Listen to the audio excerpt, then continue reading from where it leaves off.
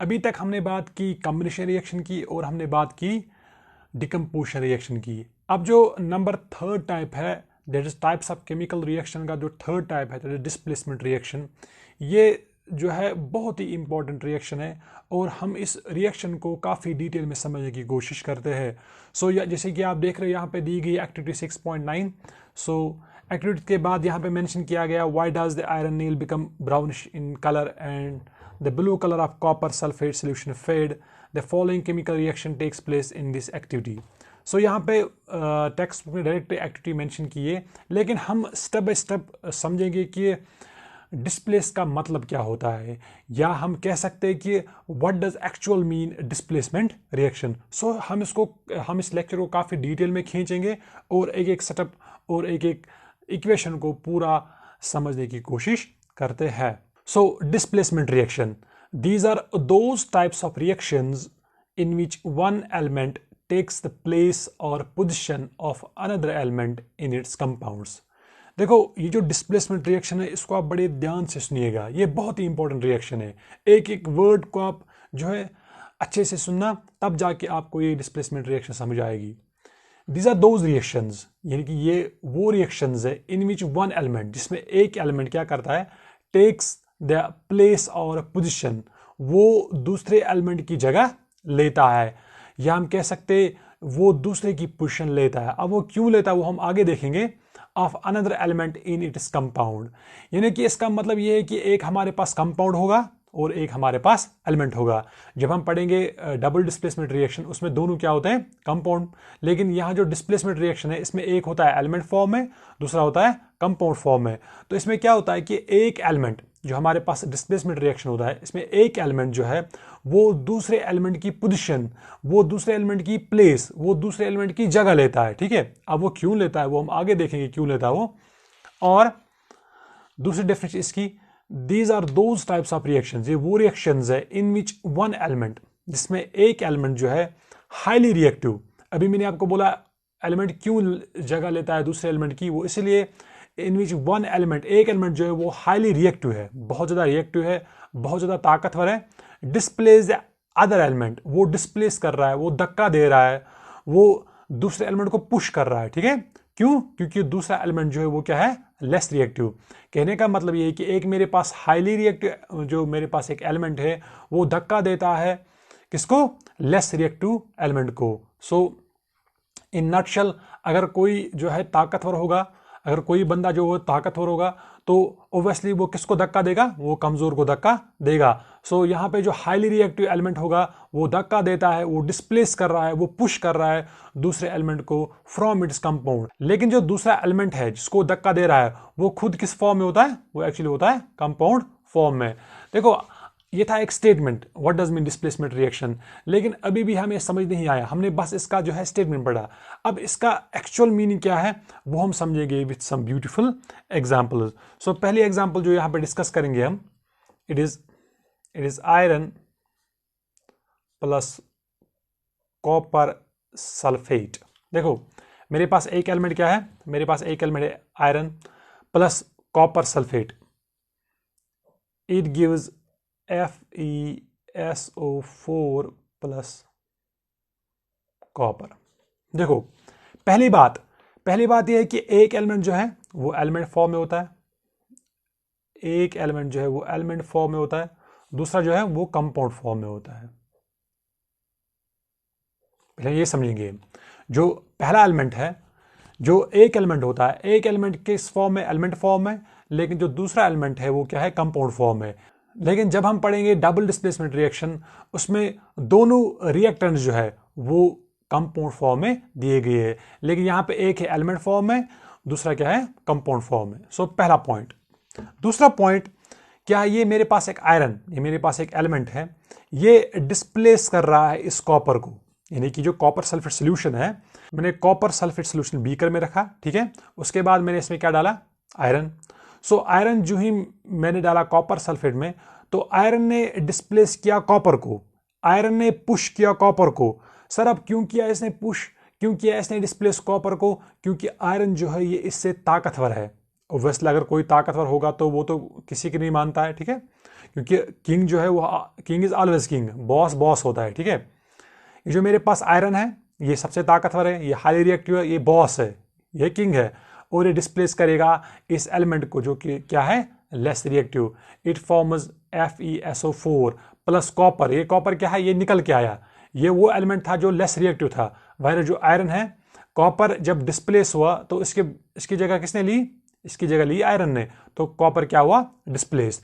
सो इसको हम बोलते हैं डिस्प्लेसमेंट रिएक्शन। सो डिस्प्लेसमेंट रिएक्शन वो रिएक्शन होती है जिसमें एक एलिमेंट डिस्प्लेस कर रहा है, पुश कर रहा है। लेकिन दूसरा डेफिनेशन मैंने बोला, these are those types of reaction in which one element. देखो जो मैंने आपको पहले डेफिनेशन बोले, इसमें मैंने आपको बोला कि एक एलिमेंट दूसरे एलिमेंट को पुश कर रहा है, लेकिन दूसरे एलिमेंट मैंने आपको बोला कि एक एलिमेंट जो है वो हाईली रिएक्टिव है, वो तभी पुश करेगा, वो तभी डिस्प्लेस करेगा जब एक ताकतवर होगा और एक दूसरा जो है वो कमजोर होगा। एक ताकतवर बंदा दूसरा बंदा जो होता है वो कमजोर होता है, इसको क्या करता है, पुश, उसको क्या देता है, धक्का देता है, ठीक है। सो उसके बाद आयरन ने डिस्प्लेस किया कॉपर को और क्या बना, FeSO4 प्लस कॉपर जो कमजोर था वो बाहर निकल के आया, ठीक है। ये थी पहली एग्जांपल। उसके बाद हम बात करते हैं जिंक की। Zinc plus copper sulphate. मेरे पास एक एलिमेंट और है, ठीक है, ये जिंक, दूसरा क्या है, कॉपर सल्फेट। मैं बार बार रिपीट कर रहा हूं, एक होता है एलिमेंट फॉर्म में, दूसरा क्या होता है, कंपाउंड फॉर्म में। सो एक एलिमेंट जो मेरे पास ये जिंक है, ठीक है, ये मेरे पास दूसरा है कंपाउंड फॉर्म है कॉपर सल्फेट सोल्यूशन। अब देखना है कि क्या जिंक डिस्प्लेस कर पाएगा कॉपर को। हाँ देखो, जिंक जो है ये सबसे ताकतवर है, मैं नहीं कहता हूं सबसे ज्यादा ताकतवर है, मतलब सबसे सब एलिमेंट से ताकतवर है। आई मीन कि कॉपर से क्या है, हाईली रिएक्टिव। ये क्या करेगा, ये जो जिंक मेरे पास है ये इस कॉपर को धक्का देगा, ये इस कॉपर को हटाएगा, ये इस कॉपर को क्या करेगा, डिस्प्लेस, और खुद किसकी जगह लेगा, कॉपर की। तो क्या बनेगा, अब ये कॉमन सेंस है, it gives zinc sulphate plus copper जो है वो क्या निकल के आएगा बाहर। सो मेरे पास एक जिंक एलिमेंट है, ठीक है, प्लस मैंने ऐड किया copper sulphate solution, it gives zinc sulphate solution. ये जो मेरे पास जिंक है इसने हटाया किसको, कॉपर को, इसने कॉपर को डिस्प्लेस करवाया, तो खुद जो है कॉपर की जगह ली, और जो कॉपर है वो बाहर निकल के आया। चलो सर हमें ये भी समझ नहीं आया, हम और एक एग्जांपल लेते हैं। मेरे पास है lead, it is Pb plus CuCl2, it gives PbCl2 plus copper. मेरे पास एक लेड, एक एलिमेंट, ठीक है, दूसरा क्या है, कंपाउंड फॉर्म में। आप कभी नहीं देखोगे ये भी कंपाउंड होगा, ये भी कंपाउंड होगा, एक एलिमेंट फॉर्म में होगा। तभी मैंने यहां पे ऊपर मेंशन किया है, these are those types of reaction in which one element, एक एलिमेंट है, takes the place or position of another element in its compound। लेकिन जो दूसरा एलिमेंट है जिसको डिस्प्लेस कर रहा है वो किस फॉर्म है, वो कंपाउंड फॉर्म है, ठीक है। सो मेरे पास एक लेड, एक एलिमेंट है, ठीक है, मेरे पास क्या है, कॉपर क्लोराइड। देखो जो लेड है ये स्ट्रांग है एज कंपेयर टू कॉपर। ये लेड को क्या करेगा, ये लेड को बोलेगा बेटा हट जाओ तमीज से, क्योंकि अब तेरा बॉस आ गया, अब तेरा किंग आ गया, और जब भी किंग आता है, जब भी बॉस आता है तो इसको आपको जगह छोड़नी पड़े, तो वहां पे आपका चलता कुछ नहीं है। सो जो लेड है ये ताकतवर है, ये बॉस है, तो ये जो है हाईली रिएक्टिव एलिमेंट है, तो ये बोलेगा कॉपर को बेटा हट जाओ तमीज से, क्योंकि अब तेरा बॉस आ गया है। तो इस कॉपर को क्या करेगा, डिस्प्लेस, और खुद किसकी जगह लेगा, कॉपर की, तो बनेगा लेड क्लोराइड, ठीक है। और जो कॉपर है बेचारा ये बाहर निकल के आया। सो एक एलिमेंट जो हाईली रिएक्टिव होगा, एक एलिमेंट जो हाईली रिएक्टिव होगा वो डिस्प्लेस करेगा जो लेस रिएक्टिव एलिमेंट होगा। So this is the what we can call as displacement reaction. Sir अब हमारे दिमाग में एक क्वेश्चन आया कि आपको कैसे पता चलता है कि लेड स्ट्रांग है या जिंक स्ट्रांग है या आयरन स्ट्रांग है कॉपर से। क्या आपके पास कोई जादू है, क्या आपके पास कोई तंत्र मंत्र है कि आपको पता चलता है कि एक एलिमेंट कितना स्ट्रांग है, दूसरा एलिमेंट कमजोर है। सर आपको ये कैसे पता चलता है, कि आपके पास कोई जादू या आपके पास कोई मैजिक है ना? मेरे पास कोई जादू वादू नहीं है, ये मुझे पता चलता है due to metal reactivity series. Sir अब ये क्या होता है मेटल रिएक्टिविटी सीरीज? सो पहले मैं आपको दिखाऊंगा मेटल रिएक्टिविटी सीरीज, उसके बाद मैं आपको समझाऊंगा ये रिएक्टिविटी सीरीज क्या होती है। सो ये आ गई हमारे पास मेटल रिएक्टिविटी सीरीज। देखो अब जो ये सीरीज है ये क्या होती है, देखो इसमें जो एलिमेंट्स होते हैं जो सबसे ज्यादा रिएक्टिव होते हैं वो हम लेते हैं टॉप पे, ठीक है। जैसे लाइक हमारे पास पोटेशियम है, बेरियम है, कैल्शियम है, ये जो हमारे पास ये वो एलिमेंट्स है जो सबसे ज्यादा रिएक्टिव है, ठीक है। और जो एलिमेंट लेस रिएक्टिव होते हैं वो हम रखते हैं बॉटम पे। चलो इसको हम डिटेल में समझते हैं कि मेटल रिएक्टिविटी सीरीज क्या होती है। सो पहले हमारे पास जो यहाँ पे मेंशन किए मैंने एलिमेंट, ठीक है। सो यहाँ से क्या है, सिंबल, यहाँ से एलिमेंट कौन कौन से एलिमेंट है और इनका सिंबल क्या है। देखो जो मेरे पास पोटेशियम है, पोटेशियम सबसे टॉप लिस्ट पे आता है, यानी कि ये सबसे ज़्यादा जो है क्या है, रिएक्टिव है। तो यहाँ से मैंने इसको लिखा है पोटेशियम, ये इसका सिंबल है, क्योंकि अगर आप पीरियोडिक टेबल में जाओगे पोटेशियम का सिंबल क्या है, के। सो यहाँ पे मैंने मेंशन किया इट्स ए मोस्ट रिएक्टिव, ये सबसे ज़्यादा रिएक्टिव एलिमेंट है। सो इसी तरह मेरे पास है बेरियम, ठीक है, उसके बाद बेरियम, उसके बाद कैल्शियम, उसके बाद सोडियम, उसके बाद मैग्नीशियम, अल्मोनियम, उसके बाद जिंक, उसके बाद आयरन, उसके बाद निकल, उसके बाद टिन, उसके बाद लेड, उसके बाद हाइड्रोजन। देखो अब इस हाइड्रोजन को मैंने बॉक्स में रखा है, ये आप देख सकते हो, ये जो हाइड्रोजन जो है इसको मैंने बॉक्स में रखा है। अब मैंने इसको क्यों बॉक्स में रखा है ये भी आपको मैं समझाता हूँ। सो यहाँ पे मैंने मेंशन किया है, अगर आपको ये दिखाई दे रहा है, it is metal is more reactive then hydrogen, यानी कि ये जो मेरे पास ये एलिमेंट है, ये पोटेशियम से लेकर लेड तक जो मेरे पास एलिमेंट है, these are more reactive than यानी देन हाइड्रोजन, यानी कि ये एलिमेंट ज़्यादा रिएक्टिव है एज कंपेयर टू हाइड्रोजन से ज़्यादा रिएक्टिव है, ठीक है। उसके बाद copper, mercury, silver, gold, platinum, ठीक है। सो यहाँ से मैंने लिखा है metals less reactive than hydrogen, यानी कि जो एलिमेंट्स मेरे पास कॉपर है, मरकरी है, सिल्वर है, गोल्ड है एंड प्लेटिनम है, तो ये एलिमेंट जो है ये लेस रिएक्टिव, ये सबसे कम रिएक्टिव है एज कंपेयर टू हाइड्रोजन। सो इसलिए मैंने हाइड्रोजन को क्या रखा है, बॉक्स में। तो यहाँ पे मैंने इनके क्या दिए, सिंबल्स। तो यहाँ से जो मेरे पास ये platinum, it is less reactive. Most reactive कौन सा है, इट इज पोटेशियम, और लेस रिएक्टिव कौन सा है, इट इज प्लेटिनम। तो यहां से मैंने और एक पॉइंट मेंशन किया, इट इज रिएक्टिविटी, जो सीरीज मेरे पास है, रिएक्टिविटी डिक्रीज डाउनवर्ड्स। इसका मतलब है जब आप नीचे जाओगे ना, जब आप ऊपर से लेकर पोटेशियम से लेकर प्लेटिनम या पोटेशियम से लेकर गोल्ड तक, या जब आप नीचे जाओगे, तो जो ही आप नीचे जाओगे आप देखोगे कि रिएक्टिविटी सीरीज जो है, जो रिएक्टिविटी होगी वो क्या होगी, डिक्रीज। इसका मतलब ये है कि जो टॉप लिस्ट पे होंगे वो सबसे ज़्यादा रिएक्टिव होंगे, जो मिडल पे होंगे उनकी जो रिएक्टिविटी होगी वो होगी इंटरमीडिएट, और जो नीचे होंगे वो सबसे कम रिएक्टिव होंगे। सो ये थी हमारे पास मेटल रिएक्टिविटी सीरीज।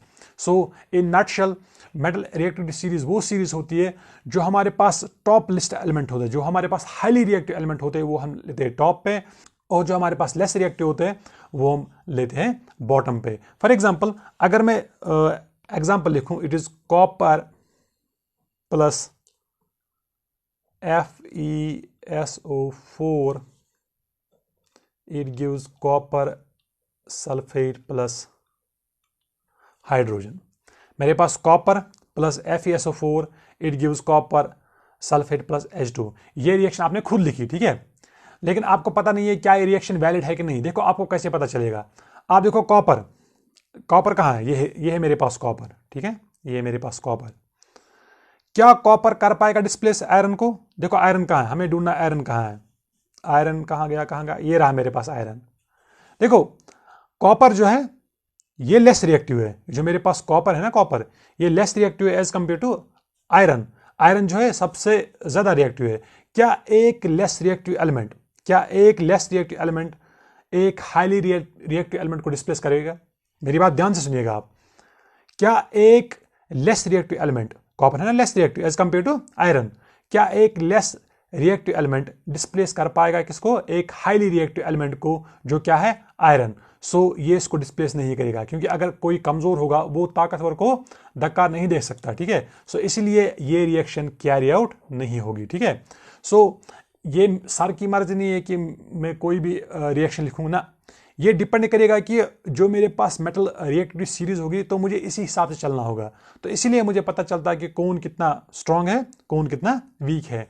और ये जो मेटल रिएक्टिविटी सीरीज है, आपको एग्जाम में कोई इक्वेशन दी जाएगी, आपको इसका देखना है प्रोडक्ट, क्या ये रिएक्शन कैरी आउट होगी कि नहीं, ठीक है। सो वो तब आप कर पाओगे जब आपको ये सीरीज जो है टिप ऑफ द टंग होगी।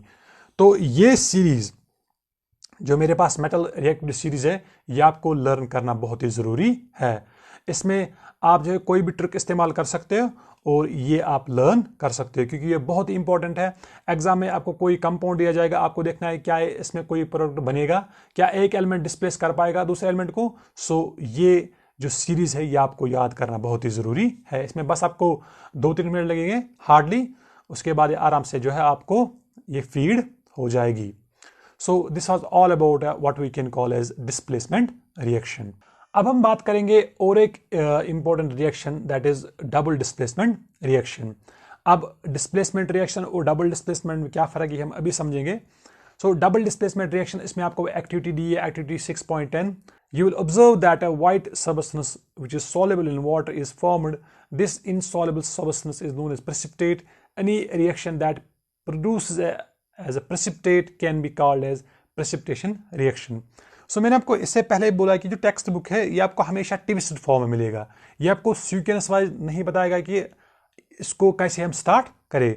चलो मैं आपको समझाता हूँ कि डबल डिस्प्लेसमेंट को हम कैसे स्टार्ट करेंगे। हम एक एक पॉइंट, एक एक जो है वर्ड, एक एक इक्वेशन को पूरा समझने की कोशिश करते हैं। Double displacement reaction, these are those types of reactions, ये वो रिएक्शंस है, these are those types of reactions in which two compounds. देखो अब यहाँ इंपॉर्टेंट पॉइंट है, पहले में क्या था, एक एलिमेंट दूसरा कंपाउंड, लेकिन इन विच टू कंपाउंड्स, यहाँ दोनों क्या है, compounds, react in such a manner.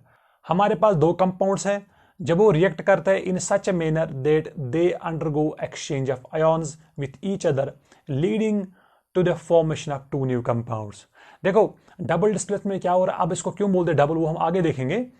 देखो मेरे पास दो कंपाउंड्स हैं, जब ये दो कंपाउंड्स रिएक्ट करते हैं, ये ऐसे रिएक्ट करते हैं कि they undergo exchange of ions, इनमें आयॉन जो है वो क्या होते हैं, exchange with each other leading to formation of two new compounds. जब वो आयॉन्स एक्सचेंज होते हैं तो वहां जो नए दो कंपाउंड बनते हैं।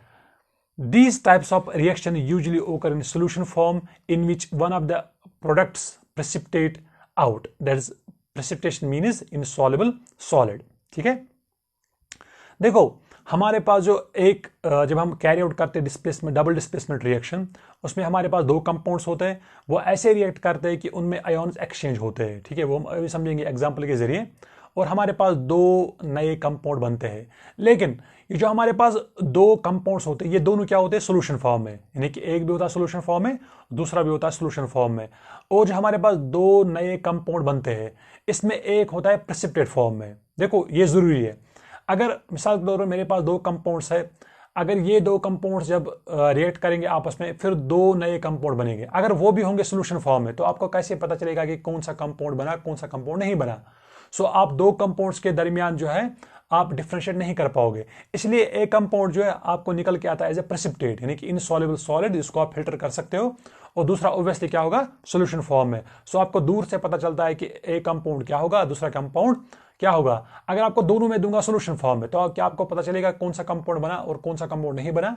इसलिए एक कंपाउंड जो है वो आता है इनसॉल्युबल सॉलिड, क्योंकि इसलिए हम बोलते हैं डबल डिस्प्लेसमेंट रिएक्शन को प्रेसिपिटेशन रिएक्शन, क्योंकि इसमें एक जो सबस्टेंस आता है it comes out as a precipitate. चलो इसको हम समझते हैं विथ सम फ्यू एग्जांपल्स। देखो मेरे पास पहला जो कंपाउंड है, it is Na2SO4 plus barium chloride.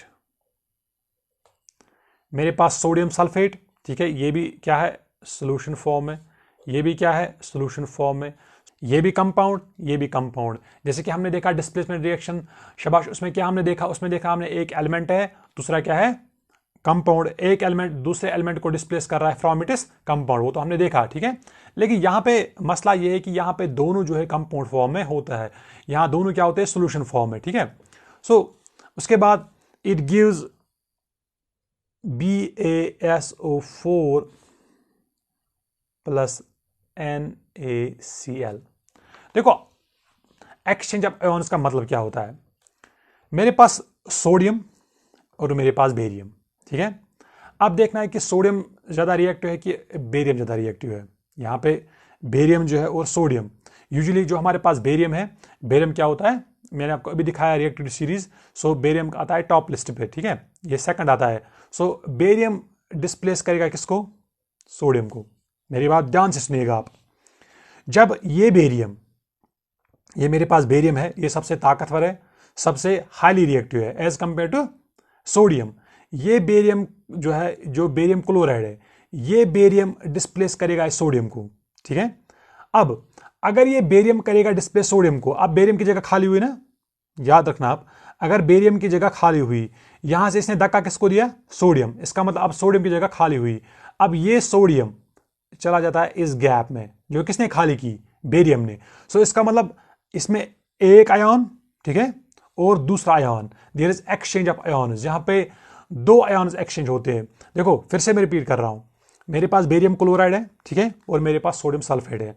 अब सर ये तो सॉल्यूशन फॉर्म में ठीक थे, ये क्यों डिस्प्लेस करेंगे, ये इसलिए डिस्प्लेस करेंगे क्योंकि ए क्या है, हाईली रिएक्टिव, एक बॉस है, एक बॉस, और जो भी किंग या बॉस होता है उसकी हमेशा आपको माननी पड़ेगी। ये मेरे पास बेरियम, ये मेरे पास सोडियम सल्फेट सोल्यूशन, ये बेरियम धक्का देगा सोडियम को, ये बेरियम जो हाईली रिएक्टिव है ये धक्का देगा किसको, एक लेस रिएक्टिव एलिमेंट को, सोडियम को। देखो अब ये बेरियम जो है, मेरे पास जो बेरियम है ये अब हट गया ना, ये यहां जगह खाली हुई, ठीक है, और ये जो सोडियम है ये हट गया, आप ये डिस्प्लेस हुआ। अब जो जगह बेरियम ने खाली की वो किसने ली, अब सोडियम ने, वो ली अब सोडियम ने, और यहां पे क्या आया, बेरियम। देखो यहां पे वन आयन एक्सचेंज हुआ, उसके बाद दूसरा आयन एक्सचेंज हुआ, इसका मतलब there is exchange of two ions, इसलिए इसको बोलते हैं डबल डिस्प्लेसमेंट। देखो इससे पहले हमने देखा डिस्प्लेसमेंट रिएक्शन में वहां पे एक ही एलिमेंट डिस्प्लेस हो रहा है, लेकिन यहां पे दो एलिमेंट डिस्प्लेस हो रहे हैं, पहला एलिमेंट, ठीक है, ये, और दूसरा एलिमेंट वापस उसी जगह डिस्प्लेस हो रहा है, इसका मतलब देयर इज डबल डिस्प्लेसमेंट। देखो प्रोडक्ट इज बेरियम सल्फेट, ये बेरियम सल्फेट कहां से आया, मेरे पास था सल्फेट, मेरे पास था क्लोराइड, जब बेरियम ने जगह खाली की उसके बदले क्या आया, सोडियम, तो बन गया सोडियम क्लोराइड। इसी तरह मेरे पास था सोडियम सल्फेट, तो सोडियम को जब डिस्प्लेस किया किसने, बेरियम ने, तो बेरियम ने जो किसकी जगह ली, सल्फेट की, तो बन गया बेरियम सल्फेट। सो इसीलिए इसको कहा जाता है डबल डिस्प्लेसमेंट रिएक्शन, क्योंकि there is exchange of two ions, पहले ये एक्सचेंज करता है, ठीक है, खेल खत्म। देखो अगर हम बात करते हैं डिस्प्लेसमेंट रिएक्शन की, उसमें एक एलिमेंट डिस्प्लेस हो रहा है, वहां पे कोई दूसरा एलिमेंट डिस्प्लेस, लेकिन यहां पे क्या है, पहला एलिमेंट डिस्प्लेस हुआ, उसके बाद फिर दूसरा एलिमेंट डिस्प्लेस हुआ, इसका मतलब there is exchange of two ions, इसलिए इसको बोलते हैं डबल डिस्प्लेसमेंट रिएक्शन। और एक इंपॉर्टेंट बात यह है कि मेरे पास जो बेरियम सल्फेट है it comes out as a precipitate, ये मेरे पास जो है it comes out as a precipitate. Precipitate मैंने ऑलरेडी डिस्कस किया है, प्रेसिपिटेट इज इनसॉल्युबल सॉलिड, ठीक है।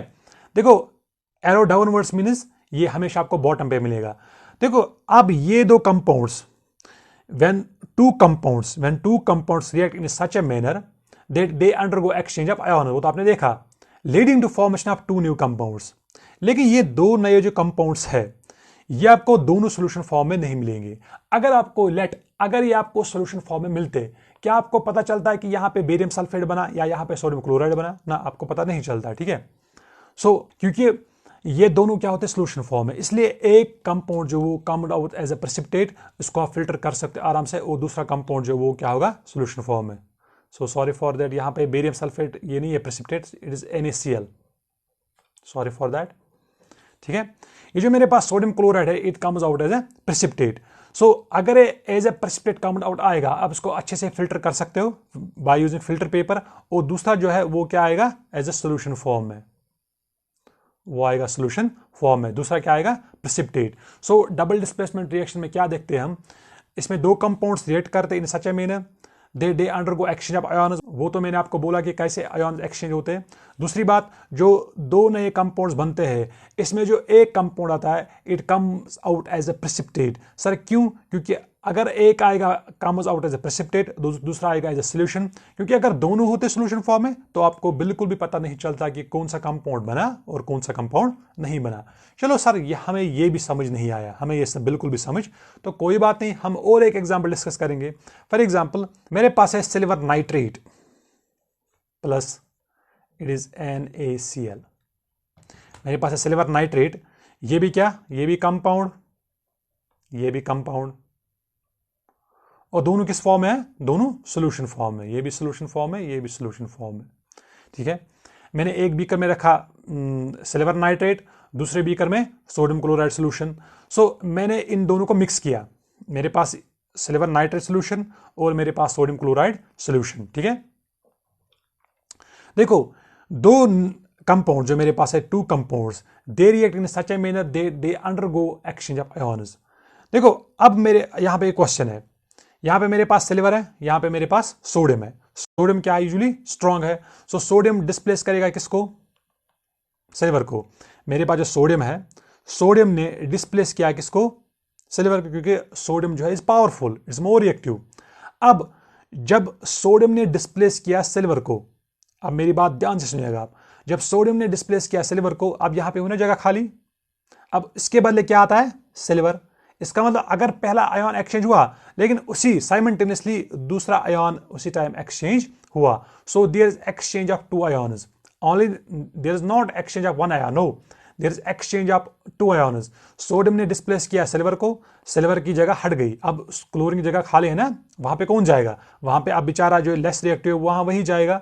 सो एक एलिमेंट जब डिस्प्लेस कर रहा है दूसरे एलिमेंट को, उसी टाइम जो दूसरा एलिमेंट जो डिस्प्लेस हुआ वो उसी जगह आता है जो पहले एलिमेंट वहां पे था। सो इन नटशेल मेरे कहने का मतलब ये है कि एक मेरे पास सोडियम है, सोडियम ने डिस्प्लेस किया सिल्वर को, अब यहां पे जगह हुई खाली, ठीक है। अब इसके बदले क्या है यहाँ पे, सोडियम। अब जो ये सिल्वर ये कहाँ जाएगा, ये बेचारा कहाँ जाएगा, क्योंकि है ना लेस रिएक्टिव, अब ये बेचारा कहाँ जाएगा, क्लोरीन की जगह, क्योंकि यहाँ पे सोडियम ने जगह खाली की है। अब सिल्वर जाएगा यहाँ पे। नाउ ये क्या बनेगा product, it is AgCl plus NaNO3, ठीक है, AgCl, क्योंकि ये जो Cl है, अब इसके बदले क्या आया, Ag, that is silver chloride, और इसके बदले आया, जब सोडियम ने जगह किसकी ली, सिल्वर की, इट फॉर्म्स सोडियम नाइट्रेट, ठीक है। अभी कहानी खत्म नहीं हुई। ये जो मेरे पास AgCl है, it comes out as a precipitate, यानी कि इट इज इनसॉल्युबल सॉलिड, आप इसको अच्छे से फिल्टर कर सकते हो बाय यूजिंग फिल्टर पेपर। और जो दूसरा है that comes out as a solution form. So एक जरूरी है, एक आता है प्रेसिपिटेट फॉर्म में, दूसरा आता है सॉल्यूशन फॉर्म में। सो इसलिए डबल डिस्प्लेसमेंट रिएक्शन को हम बोलते हैं precipitation reactions. Why precipitation reaction, क्योंकि इसमें एक कंपाउंड जो है it comes out as a precipitate, ठीक है। सो मैं इस टॉपिक को फिर से रिकैप करता हूं। मेरे कहने का मतलब यह है कि these are those types of reaction, these are those types of reaction. हमारे पास क्या होता है, ये वो रिएक्शंस है, इसमें दो कंपाउंड्स हैं, दो कंपाउंड्स ऐसे रिएक्ट करते हैं कि there is exchange of two ion, there is exchange of two ions, और जो हमारे पास दो नए कंपाउंड बनते हैं उनमें से एक कंपाउंड जो है it comes out as precipitate, और दूसरा कंपाउंड जो है वो सोल्यूशन फॉर्म में होता है। मैंने आपको ये भी बोला कि दोनों अगर सोल्यूशन फॉर्म में होते तो आपको क्या दिक्कत आती, आप ये आइडेंटिफाई नहीं कर पाते कि कौन सा कंपाउंड बना कौन सा कंपाउंड नहीं बना। लेकिन जब एक कंपाउंड आएगा comes out as a precipitate और दूसरा कंपाउंड आएगा एज ए सोल्यूशन फॉर्म, तो आपको पता चलेगा कि एक कंपाउंड कौन सा है और दूसरा कंपाउंड कौन सा है। So this was all about what we can call as double displacement reactions.